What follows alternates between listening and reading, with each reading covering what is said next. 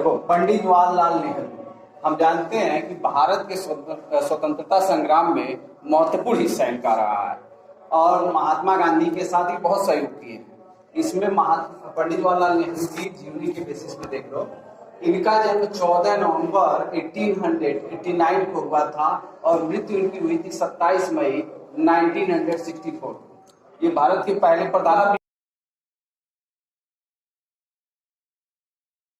प्रधानमंत्री यही बने थे और ये भारत के स्वतंत्रता सेनानी थे और कश्मीर के पंडित समुदाय के थे। ठीक है, कश्मीर के पंडित समुदाय के थे। इनको बच्चे प्रेम से चाचा नेहरू कहते थे। चाचा नेहरू के पीछे भी एक कहानी है। ये जापान के बच्चों के एक पत्र लिखे थे। ठीक है, जब वो बच्चे यहाँ पर पत्र लिखे इनके पास, तो एक हाथी की मांग किए थे, तो इन्होंने भी उनके पत्रों का जवाब दिया। इसलिए धीरे धीरे ये प्रचलित होगा चाचा नेहरू के रूप में। फिर उसके बाद इनके जन्मदिन को, जैसे ये तुम्हारे डॉक्टर सर्वपल्ली राधाकृष्णन जो राष्ट्रपति थे, उनके जन्मदिन को किस रूप में मनाते हैं? शिक्षक दिवस के रूप में। तो इनके जन्मदिन को बाल दिवस के रूप में मनाते हैं। ठीक है, बाल दिवस के रूप में मनाते हैं। कब मनाते हैं? 14 नवंबर को। ये तो तुम लोग जानते ही हो। बाबा दिवस लिखे। हाँ, इनके पिताजी का नाम था मोतीलाल नेहरू, वो भी बहुत बड़े स्वतंत्रता सेनानी थे। और माता का नाम स्वरूप रानी खुशबू था। अब इनकी माता की मृत्यु प्रसव पीड़ा के दौरान हो गई थी।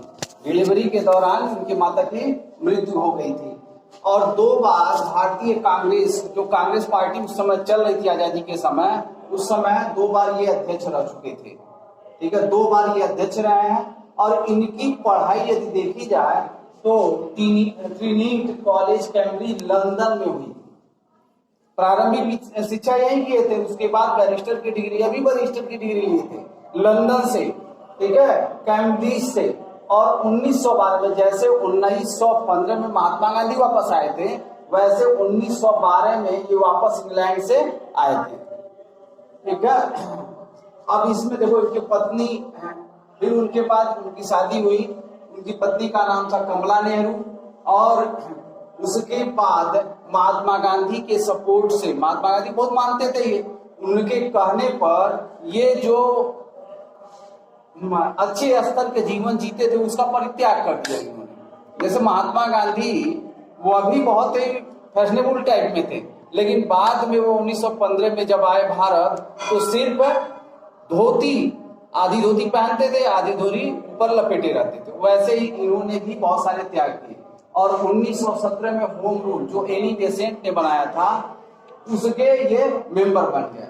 1919 में ये महात्मा गांधी के संपर्क में आए।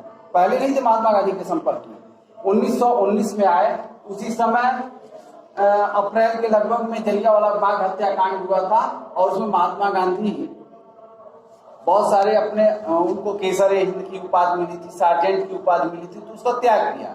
उस त्याग से ये पंडित जवाहरलाल नेहरू उनको बहुत मानने लगे और उनके संपर्क में आए और बहुत सारे काम भी किए उनके साथ में। फिर उसके बाद 1920 से 22 में असहयोग आंदोलन महात्मा गांधी ने चलाया था। उसमें भी उन्होंने बहुत अच्छा साथ दिया था। 1924 में इसी के लगभग महात्मा गांधी बेलग्राम में, महात्मा गांधी एक बार कांग्रेस के पूरे जीवन काल में सिर्फ एक बार कांग्रेस के अध्यक्ष रहे हैं। और 1924 के लगभग में इलाहाबाद नगर निगम का चुनाव होता है। उसमें मोतीलाल नेहरू के ये पुत्र पंडित जवाहरलाल नेहरू नगर निगम के अध्यक्ष रहे थे। ठीक है, फिर उसके बाद कार्यकारी अधिकारी 2 वर्ष का ये अपना कार्यकाल पूरा किए थे। 1929 में पूर्ण स्वराज की मांग किए थे कौन? पंडित जवाहरलाल नेहरू। और उस समय बाद 26 जनवरी 1930 को रावी नदी के तट पे लाहौर अधिवेशन जो हुआ था, उसमें 26 जनवरी को ये भारतीय तिरंगा फहराए थे। और उसी दिन इन लोगों ने निर्णय लिया था कि हर साल 26 जनवरी को हम गणतंत्र दिवस के रूप में मनाएंगे। 1950 से ये माना जाता है, लेकिन उसकी शुरुआत 26 जनवरी 1930 को हो चुकी थी। फिर उसके बाद अंग्रेजों द्वारा एक अधिनियम लाया गया भारतीय अधिनियम 1935, उस समय अंग्रेजों ने कहा कि भारतीय जितने भी हैं जो अपने देश की प्रगति चाहते हैं वो चुनाव लड़ें, लोग वोट दें। वहीं से चुनाव की प्रक्रिया शुरू हुई और उसमें भारतीय कांग्रेस पार्टी ने चुनाव लड़ा और जीते भी, अच्छे वोटों से जीते और अपनी सरकार बनाए। 1936-37 में ये कांग्रेस के अध्यक्ष बने। अब देखो ये पॉइंट होता है कि जब लास्ट टाइम आया तो लास्ट टाइम के समय सबसे ज्यादा प्रचलित सरदार वल्लभ भाई पटेल और कृपलानी, ये लोग भी चुनाव में उतरे थे, लेकिन सबसे ज्यादा तीनों लोगों में वोट मिला। सबसे पहले सरदार पटेल को मिला, उसके बाद कृपलानी को मिला, उसके बाद कम वोट मिला पंडित जवाहरलाल नेहरू।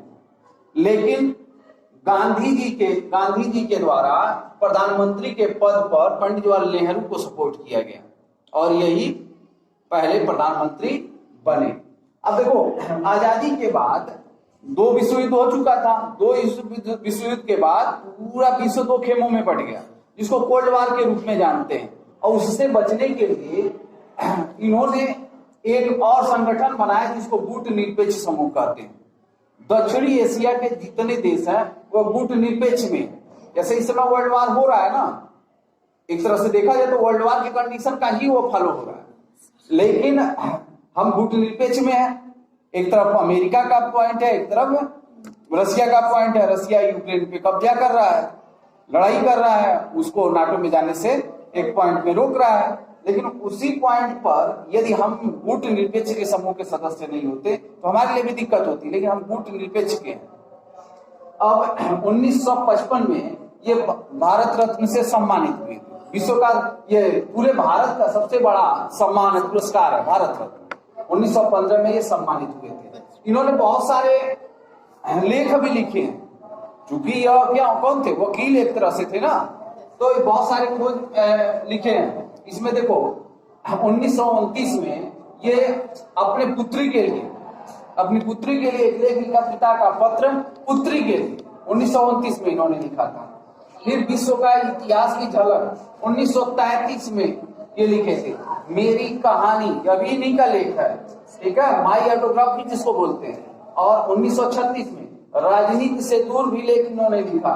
फिर उसके बाद इतिहास के महापुरुष और राष्ट्रपिता, ऐसा भी लेख लिखे। और सबसे प्रसिद्ध लेख इनका है भारत एक खोज, 1945 में 11 खंडों में है, 11 खंडों में है। और ये सबसे प्रसिद्ध है। इसको इंग्लिश का पॉइंट है डिस्कवरी ऑफ इंडिया।